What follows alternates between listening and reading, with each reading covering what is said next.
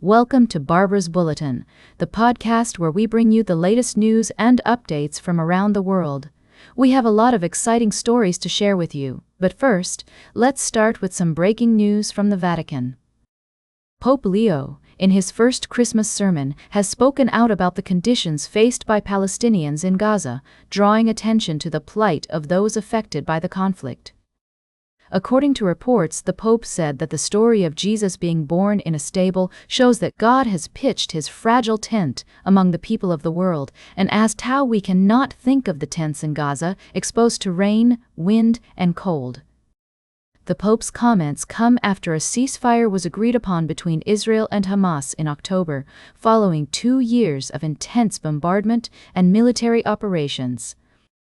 The Pope also lamented the situation of migrants and refugees who traverse the American continent and called for an end to all global wars, mentioning conflicts in Ukraine, Sudan, Mali, Myanmar, and Thailand and Cambodia.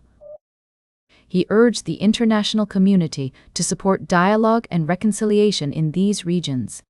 It's worth noting that the Pope's comments have been seen as a significant departure from his usual diplomatic tone, and some have praised him for speaking out on these important issues. However, others have criticized him for wading into complex geopolitical matters. We'll continue to follow this story and bring you updates as more information becomes available. In the meantime, we want to hear from you. What do you think about the Pope's comments, and how do you think the international community should respond to these conflicts? Share your thoughts with us on social media using the hashtag Barbara's Bulletin. We'll be right back with more of today's top news on Barbara's Bulletin. Welcome back to Barbara's Bulletin. We're continuing our coverage of international news, and today we're focusing on a developing story in the Middle East. Saudi Arabia has called on Yemen's main southern separatist group, the Southern Transitional Council, to withdraw its forces from 2 provinces it seized earlier this month. According to reports from Dubai, the Saudi Foreign Ministry described the military operations by the STC as an unjustified escalation, and urged the group to end its escalation and withdraw its forces from the eastern provinces of Hadramaut and Mahra in an urgent and orderly manner.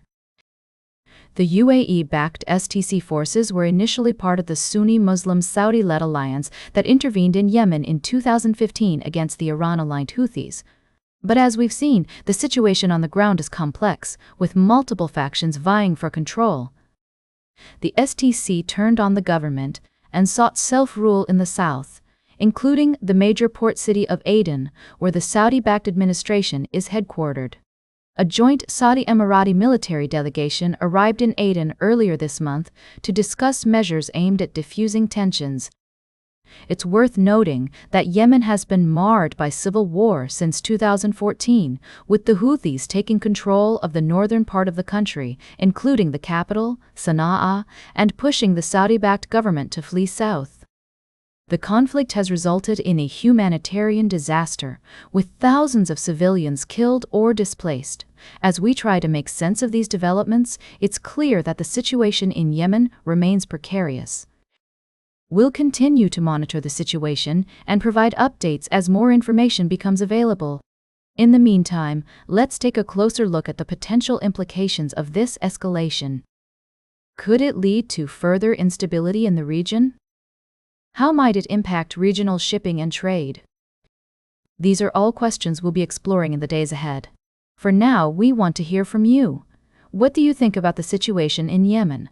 Share your thoughts with us on social media using the hashtag Barbara's Bulletin. Welcome back to Barbara's Bulletin. As we wrap up today's show, I'd like to bring you a few stories that caught my attention. First, let's talk about the labor dispute at Telluride Ski Resort in Colorado. The resort has announced that it will be closing on Saturday due to a strike by the Ski Patrol Union. The union is seeking higher pay, with starting wages increasing from $21 to $28 per hour and experienced patrollers earning up to $48.26 per hour. The dispute has been ongoing since June, and despite efforts to negotiate, an agreement has not been reached. The resort's owner, Chuck Horning, has stated that the closure is a result of the union's actions, while the union representative, Andy Dennis, claims that the owner is being unfair and refusing to offer a reasonable contract. It's worth noting that ski patrollers play a crucial role in ensuring the safety of skiers and snowboarders on the slopes. They are responsible for responding to emergencies, providing medical care, and controlling avalanches. Given the high cost of living in ski towns like Telluride, it's understandable that patrollers are seeking better compensation. The closure of Telluride Ski Resort is not only a disappointment for skiers and snowboarders, but also has significant economic implications for the local community. The resort is a major employer and contributor to the local economy, and the strike may have far-reaching consequences.